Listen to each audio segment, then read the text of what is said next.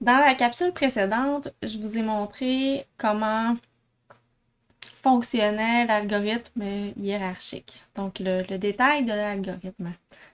Dans cette capsule, on va regarder les différentes façons de faire, d'utiliser l'algorithme hiérarchique. Donc, les différentes façons de regrouper les groupes. Et puis, on va voir de façon plus générale un peu les principales caractéristiques de ces façons-là, sans nécessairement tomber dans le détail du fonctionnement ou de l'aspect calculatoire de l'algorithme. Alors, je vous l'ai mentionné précédemment, donc les méthodes hiérarchiques diffèrent selon leur façon de calculer la distance entre deux groupes. La matrice de distance qu'on utilise, c'est une chose. Puis ça peut être la même qu'on va utiliser pour toutes les approches hiérarchiques, pour toutes les méthodes hiérarchiques. C'est vraiment dans le comment on décide de la distance entre deux groupes pour savoir lequel on va regrouper ensemble. Donc, la méthode du plus proche voisin, on l'a vu en détail dans la capsule précédente. Donc, on va utiliser la dissemblance entre les observations les plus proches de chaque groupe. Caractéristiques, et là je vais parler, vous allez remarquer, je vais parler de caractéristiques plutôt que d'avantages et d'inconvénients parce qu'il n'y a pas une méthode qui est parfaite pour tous les cas. Ce qui peut être un avantage dans une application en particulier peut être un inconvénient dans une autre application. Donc, c'est très, très variable. Mais une des caractéristiques de la méthode du plus proche voisin, c'est qu'elle a tendance à former un très grand groupe. Donc, à former un groupe et à toujours, fusionner avec le groupe les observations qui sont les plus proches. Donc, elle va avoir tendance à former un très grand groupe avec plusieurs petits groupes satellites autour. Certaines personnes peuvent le voir comme un inconvénient, mais c'est pas nécessairement un inconvénient parce que c'est possible que c'est ce que vous vouliez. Par exemple, vous pouvez avoir un groupe général dans votre clientèle, votre plus grand groupe qui correspond à votre profil le plus commun de clientèle et avoir autour des petits groupes satellites qui sont moins nombreux puis qui ont leur profil particulier. Donc, c'est tout à fait possible de vouloir ce type de regroupement-là. Elle va permettre de créer des groupes dont la forme est très irrégulière. Donc, les groupes ne seront pas nécessairement là, de même taille ou de même variance. Euh, Elle est assez robuste aux données aberrantes parce que à chaque fois qu'on va mettre deux groupes ensemble, qu'on va regrouper deux groupes, ben en fait, il y a une observation qui est vraiment loin. Là, je dis aberrante, là, mais on devrait plutôt dire extrême ici. Donc, si on avait une valeur qui était extrême dans le groupe, mais elle ne va pas venir influencer là, le choix de avec qui on se regroupe après, ou en tout cas, elle va venir l'influencer beaucoup moins que d'autres méthodes. Donc, elle est très robuste aux données extrêmes. La méthode du voisin le plus distant. Donc, on va utiliser la dissemblance entre les observations les plus éloignées de chaque groupe pour venir faire notre regroupement. Eh bien, cette méthode-là, elle va être très sensible aux données aberrantes. Ça, c'est vraiment, c'est pas juste une caractéristique, là, c'est un défaut. Ben, parce que, évidemment, aussitôt que dans un groupe, il y a une observation qui est très éloignée, qui vient se joindre au groupe, ben, ça va toujours être cette observation-là qui va être comparée aux autres groupes pour venir faire le prochain regroupement. Donc, ça va être assez influencé par ces valeurs-là. Euh, Ça va avoir tendance à former des groupes de taille égale. Donc, on n'aura pas le phénomène qu'on a avec la méthode du plus proche voisin. On ne va pas avoir un grand groupe avec plein de petits groupes satellites. On va avoir tendance à avoir des groupes de taille à peu près égale. Pas toujours, c'est une tendance de cet algorithme-là. La méthode de la moyenne maintenant. Donc, la méthode de la moyenne, la dissemblance entre deux groupes se définit comme étant la moyenne des dissemblances entre chaque individu des deux groupes. Donc, on calcule la distance entre chaque individu avec chacun des individus de l'autre groupe. On fait une moyenne de ça et ça va être la mesure qu'on va utiliser pour choisir quel groupe on va regrouper ensemble. Euh, Principale caractéristique, sa principale caractéristique, c'est que c'est une méthode qui a tendance à faire des groupes de de faible variance et de même variance aussi. Donc, un peu moins sensible aux valeurs extrêmes que la méthode du plus proche voisin, mais on va avoir le même effet un peu là, de faire des groupes de taille à peu près similaire et de forme à peu près similaire. Ça va être un problème si nos groupes, en réalité, n'ont pas des formes et des tailles à peu près similaires. Okay. La méthode de Ward, eh bien, c'est une méthode qui est un petit peu plus complexe, là, qui s'appuie sur la variance des observations, tout ça. C'est une méthode qui est optimale si les observations sont approximativement distribuées selon une loi normale multidimensionnelle et de même matrice de variance-covariance dans chaque groupe. OK? C'est fort comme hypothèse. Là. C'est très, très rare qu'on a ce genre de situation-là.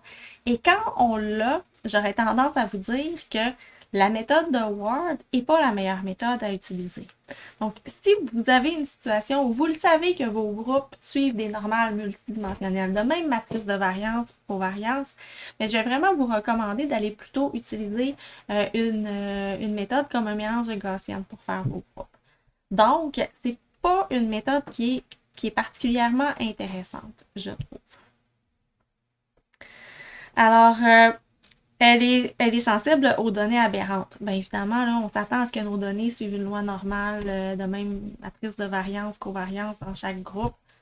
Évidemment que les données aberrantes vont pas faire quelque chose de joli là-dedans.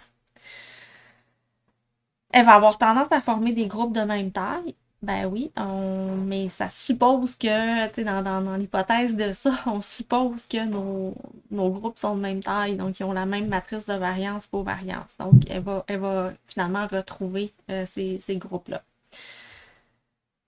La méthode flexible. La méthode flexible, c'est une espèce de généralisation de toutes les méthodes.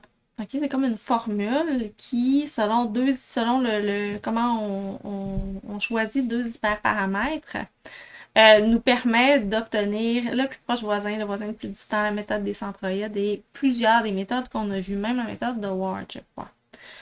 Le problème ici, c'est d'aller choisir les hyperparamètres. Donc, il va falloir tester, en plus d'avoir à tester déjà le nombre de groupes, en plus d'avoir à travailler la matrice de distance, ben là, il va falloir faire plein d'essais sur les hyperparamètres pour trouver la meilleure combinaison d'hyperparamètres. Il y en a deux qui nous donnent les meilleurs résultats. Et ça, faire des tests comme ça pour des hyperparamètres dans un contexte où on n'est pas on n'a pas de la donnée, on n'est pas en apprentissage supervisé.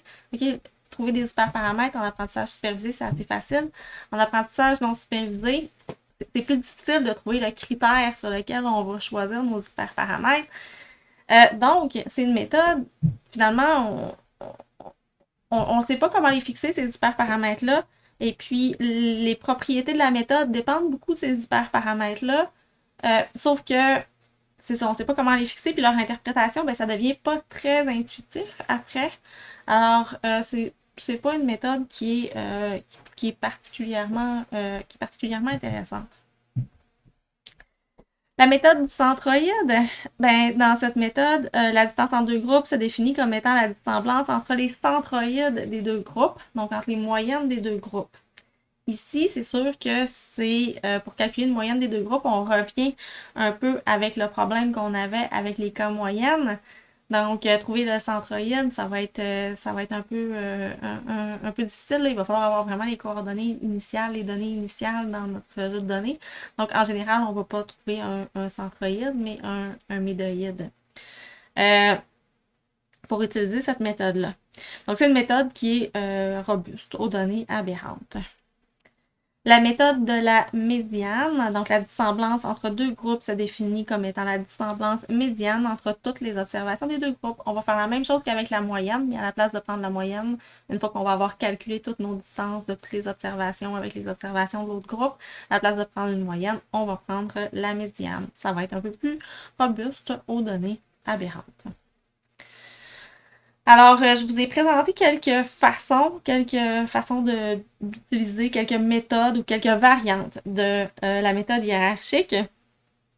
Donc, les plus commune, c'est vraiment la méthode du plus proche voisin, la méthode du voisin le plus distant et la méthode de la moyenne.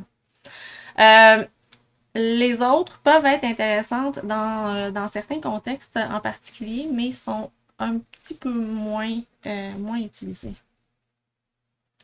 La méthode à privilégier va vraiment dépendre du contexte. Souvent, personnellement, ce que je vais faire, c'est que je vais faire une classification avec l'algorithme du plus proche voisin, avec le hiérarchique et avec la moyenne. Je vais analyser mes groupes et c'est sur cette base-là, c'est sur la base d'une analyse qui va être beaucoup plus qualitative que je vais faire mon choix. Mais on va rediscuter du choix des groupes dans une autre une autre capsule ou à un autre moment.